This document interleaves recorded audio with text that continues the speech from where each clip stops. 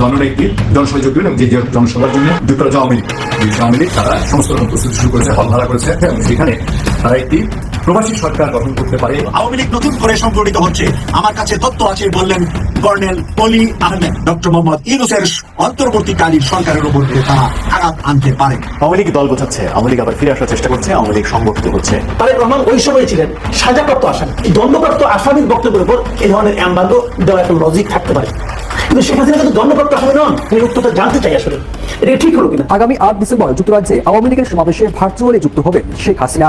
ভারতের সরাসরি সহযোগিতায় এই সমাবেশে যুক্ত হচ্ছে বাংলাদেশের ক্ষমতাচ্যুত শেখ হাসিনা। এখনো পর্যন্ত একটার পর একটা ঘটনা ঘটে চলেছে ভারত। হঠাৎ কি হলো যে সাম্প্রদায়িক ইস্যুর একটা ধোঁয়া তুলে তারা সেই ধরনের ঘটনা ঘটাচ্ছে। দেশ এখন নিরাপদ জায়গায় এসেছে মন্তব্য সেনা প্রধানের। জাতির জন্য 2-1 দিনের মধ্যেই আসছে সুখবর।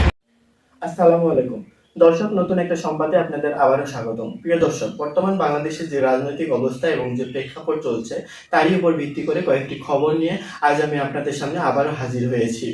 ভিডিও শুরুটা দেখেই হয়তো আপনারা বুঝতে পেরেছেন আজকের খবরটা কতটা গুরুত্বপূর্ণ হতে চলেছে।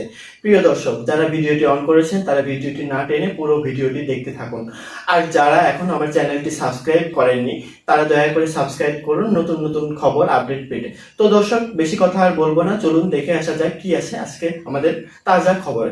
চলুন। এখন আজকের খবর হলো যে ব্রিটেনের যে যুক্তরাজ্য যে আওয়ামী লীগ আছে, আওয়ামী লীগ আবার সমাবেশ করেছে। 8 ডিসেম্বর তারা সমাবেশ করবে এবং তারা একটা পোস্টারও ছেপেছে, সেখানে লিখেছে প্রধান অতিথি প্রধানমন্ত্রী শেখ হাসিনা। অর্থাৎ তারা শেখ হাসিনাকে এখনো প্রধানমন্ত্রী দেখাচ্ছে। এবং এই ব্যাপারে যুক্তরাজ্য আওয়ামী লীগের সাধারণ সম্পাদক সাজিদুর রহমান ফারুক বলেন যে সংবিধানে অন্তর্বর্তীকালীন সরকার বলে কিছু নেই, পরবর্তী সরকার দায়িত্ব না নেওয়া পর্যন্ত শেখ হাসিনাই প্রধানমন্ত্রী। এবং তারা যে পোস্টার ছেপেছেন তারা বলছেন যে সেখানে প্রধান অতিথি হিসাবে শেখ হাসিনা উপস্থিত থাকবেন, তিনি ভার্চুয়ালি যুক্ত হবেন, সেখানে হয়তো বক্তৃতা দিবেন। এবং অনেকেই মনে করছেন সেখানে প্রবাসী সরকার ঘোষণা হইতে পারে, কিন্তু এগুলো অনিশ্চিত। এবং এইটা হয়তো এই সরকারের একটা মাথা ব্যথা যে তারা এখন ক্যাম্পেইন শুরু করেছে। আগে ভারত ছিল, এখন দেখা যায় ইউরোপে চলে আসছে আওয়ামী লীগ। তো এটা নিয়ে বিভিন্ন ধরনের কথাবার্তা হচ্ছে এবং কেউ কেউ বলছেন এই সমাবেশে শেখ হাসিনা বক্তব্য রাখবেন কিনা, কিভাবে রাখবেন, এগুলো এখনো নিশ্চিত নয়।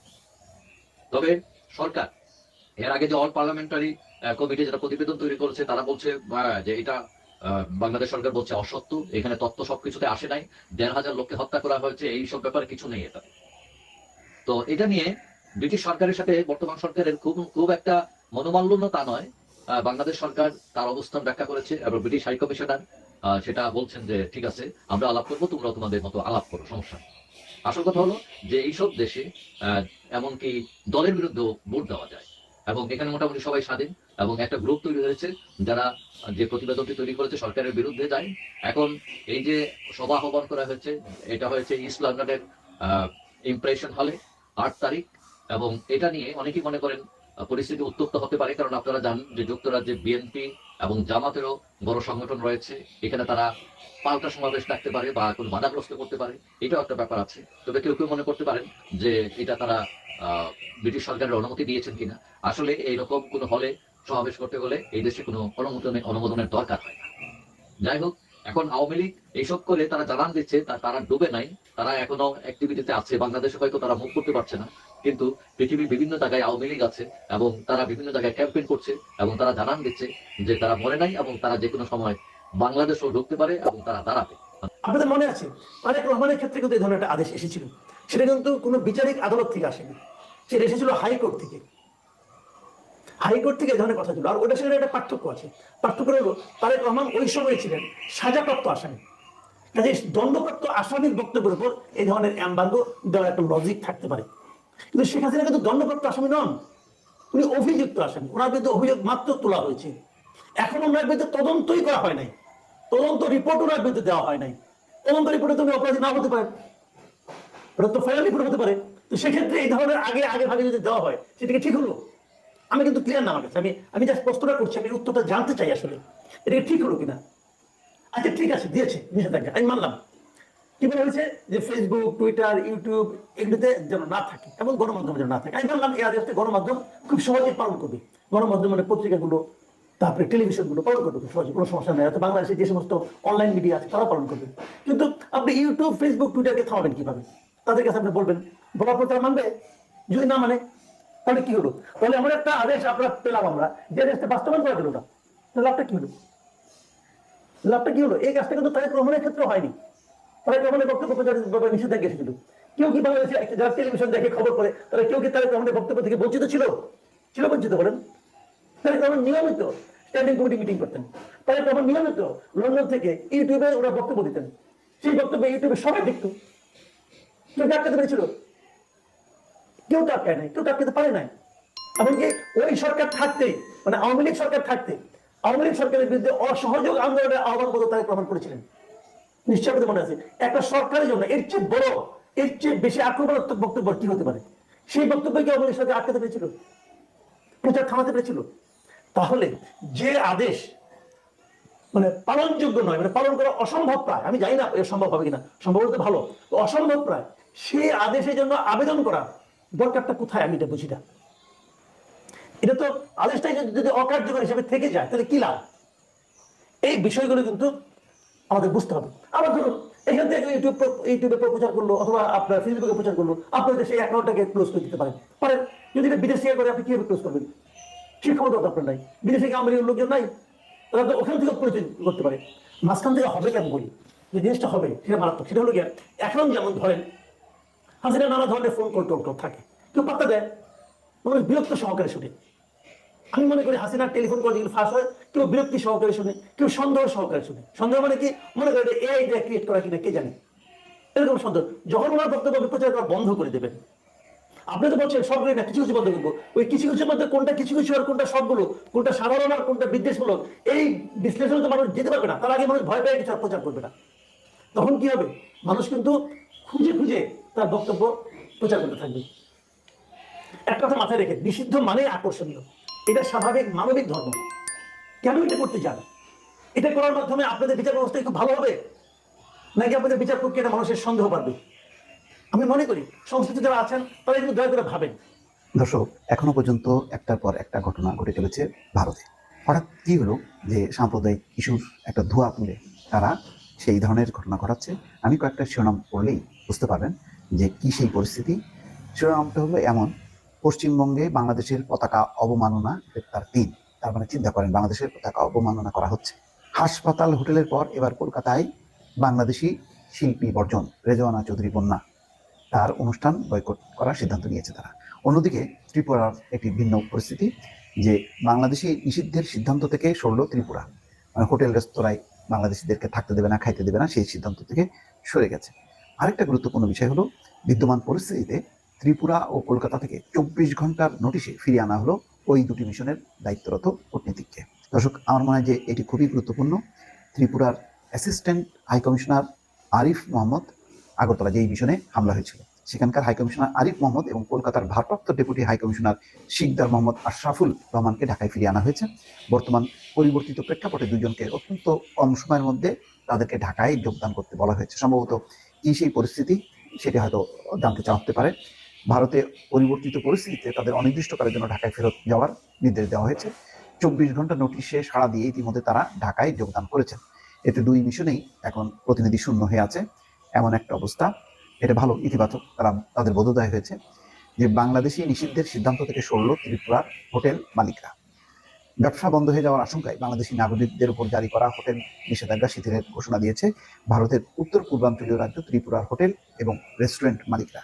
বৃহস্পতিবার এক বিবৃতিতে all Tripura hotel and restaurant owners association নিষেধাজ্ঞা শিথিলের এই ঘোষণা দিয়েছে। আসলে সম্ভব না। ত্রিপুরা এবং কলকাতা যে পরিমাণ বাংলাদেশিদের উপর নির্ভরশীল, তাদের ব্যবসা বাণিজ্য হোটেল রেস্টুরেন্ট, এটা যদি করে এটা তাদের ক্ষতি। বাংলাদেশ ক্ষতি হবে কিন্তু সেই মাত্রাটা অনেক কম, কিন্তু তাদের ক্ষতির মাত্রাটা অনেক বেশি। তারা যেটা বলেছে যে তারা হুমকির মুখে একটি সিদ্ধান্ত নিয়েছিল। বলা হচ্ছে যে এইটা তারা হিন্দুত্ববাদী যে বিভিন্ন সংগঠন, তাদের হুমকির মুখে তারা এই সিদ্ধান্ত নিয়েছিল। এখন তারা সেই সিদ্ধান্ত থেকে সরে আসলো। ভালো। আরেকটি ঘটনা খুবই উল্লেখযোগ্য, খুবই দুঃখজনক, যে হাসপাতাল হোটেলের পর এবার কলকাতায় বাংলাদেশি সঙ্গীত শিল্পীকে বয়কটের ডাক। কি সেটা?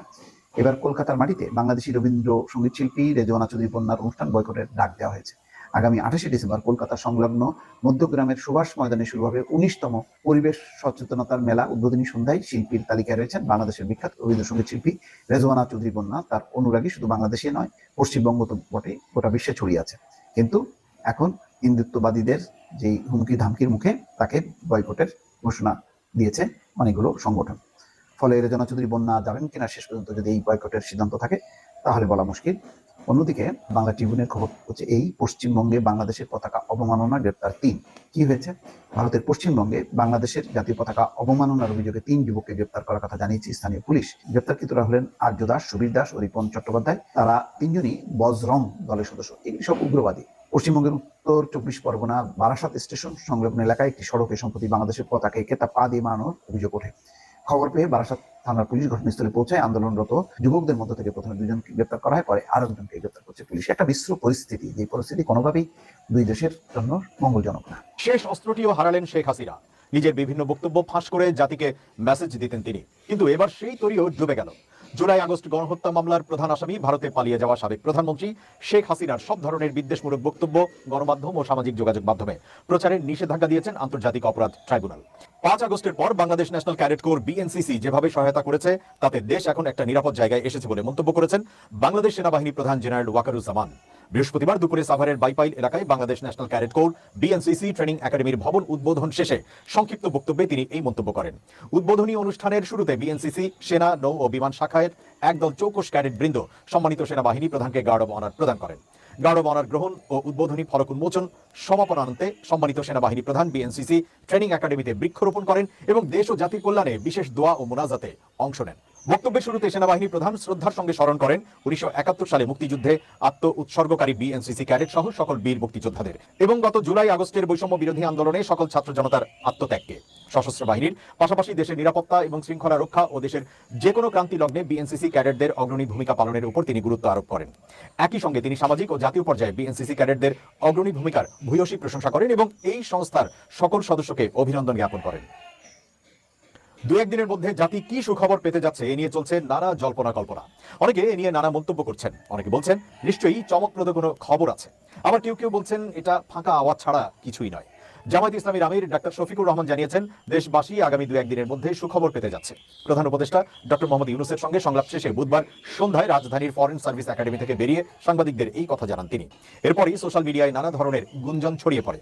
জামায়াতের আমির আরো বলেন, আমরা কারো পাতা ফাঁদে পা দেব না, কারো কাছে মাথা নত করব না, আবার সীমা লঙ্ঘনও করব না। 2-1 দিনের মধ্যে সুখবর পাবেন আশা করি। ডাক্তার শফিকুর রহমান বলেন, দেশের সার্বভৌমত্বের প্রশ্নে কোনো ছাড় নয়। সব ষড়যন্ত্র মোকাবেলা করতে আমরা ঐক্যবদ্ধ। সরকার যাতে যৌক্তিক সিদ্ধান্ত নেয় সেটার জন্য আমরা সহযোগিতা করব। জামায়াতের আমির বলেন, জাতীয় ঐক্যের ভিত্তিতে বিজয় এসেছে। চলমান ষড়যন্ত্র আমরা ঐক্যবদ্ধভাবে মোকাবেলা করব। দেশি বিদেশি গণমাধ্যমকে কাজে লাগিয়ে প্রোপাগান্ডার বিরুদ্ধে লড়তে হবে। সংলাপের বিষয়ে ডাক্তার শফিকুর রহমান বলেন, অপপ্রচার মোকাবেলায় আমরা সরকারের সঙ্গে কাজ করব। এর আগে বিকেল 4:15টার দিকে রাজধানীর ফরেন সার্ভিস একাডেমিতে দেশের চলমান নানা ইস্যুতে আলোচনার জন্য বিএনপি, জামাত সহ বিভিন্ন রাজনৈতিক দলের নেতাদের সঙ্গে সংলাপে বসেন প্রধান উপদেষ্টা অধ্যাপক মোহাম্মদ ইউনূস। আগামী 8 ডিসেম্বর যুক্তরাজ্যে আওয়ামী লীগের সমাবেশে ভার্চুয়ালি যুক্ত হবেন শেখ হাসিনা। ভারতের সরাসরি সহযোগিতায় এই সমাবেশে যুক্ত হচ্ছে বাংলাদেশের ক্ষমতাচ্যুত শেখ হাসিনা। এমন সংবাদ সামাজিক যোগাযোগ মাধ্যমে ছড়িয়ে পড়লে ক্ষোভ প্রকাশ করেন নেটিজেনরা। তারা বলছেন, ভারত কখনোই বাংলাদেশের বন্ধু রাষ্ট্র হতে পারেনি। তারা শুধুমাত্র নিজেদের স্বার্থে একটি দলের সাথে বন্ধুত্ব করেছে, রাষ্ট্রের সাথে নয়। অনেকে ক্ষুব্ধ হয়ে বলেছেন, জনগণের ক্ষোভের মুখে বাংলাদেশ থেকে পালিয়ে ভারতে আশ্রয় নিয়েছে গণহত্যাকারী শেখ হাসিনা। সেই হত্যাকারীকে মোদীর সরকার কিভাবে এত সুযোগ সুবিধা দিচ্ছে বলে প্রশ্ন করেন নেটিজেনরা। এ বিষয়ে বাংলাদেশের পররাষ্ট্র মন্ত্রণালয়ের মুখপাত্র মোহাম্মদ রফিকুল আলম বলেন, শেখ হাসিনা কিভাবে সমাবেশের ভার্চুয়ালি যুক্ত হওয়ার সুযোগ পাচ্ছেন এটা ভারত বলতে পারবে। তিনি বলেন, আমরা পত্রিকার মাধ্যমে জেনেছি যুক্তরাজ্যে এরকম একটা মিটিং আছে, সেখানে শেখ হাসিনা বক্তৃতা দিবেন। আপনারা যেরকম জানেন আমরাও সেরকম জানি। তিনি ভারতে আছেন, ভারত সরকার কিভাবে এটা হ্যান্ডেল করছেন তারা এটা ভালো বলতে পারবে। মার্কিন যুক্তরাষ্ট্রের নতুন প্রেসিডেন্ট ডোনাল্ড ট্রাম্পের শাসনামলে ঢাকা ওয়াশিংটনের পারস্পরিক স্বার্থ সংশ্লিষ্ট বিষয় বৈপরীত্য হওয়ার সম্ভাবনা কম দেখছে বাংলাদেশ। মুখপাত্র বলেন, যুক্তরাষ্ট্রের সঙ্গে সম্পর্ক বহুমাত্রিক। যুক্তরাষ্ট্র আমাদের অন্যতম বাণিজ্যিক অংশীদার। এছাড়া দুই দেশের মধ্যে পারস্পরিক স্বার্থ সংশ্লিষ্ট অনেক বিষয় আছে। দীর্ঘ 5 দশকের সম্পর্কে বাংলাদেশ ডেমোক্রেট এবং রিপাবলিকান উভয় দলের অধীনে সরকারের সঙ্গে কাজ করছে। রফিকুল আলম বলেন, আমাদের 5 দশকের সম্পর্কে পর্যালোচনা করলে এটা সহজে অনুমান করা যায়। ক্ষমতাসীন দলের পরিবর্তন হলেও এর সঙ্গে তাদের পররাষ্ট্রনীতি ও কৌশলগত অবস্থান এবং জাতীয় লক্ষ্যসমূহ অনেক সময় পরিবর্তন হয় না। আমরা পূর্বেও ট্রাম্প সরকারের সঙ্গে কাজ করেছি। আমাদের দুই দেশের পারস্পরিক স্বার্থ সংশ্লিষ্ট বিষয় বৈপরীত্য হওয়ার সম্ভাবনা খুবই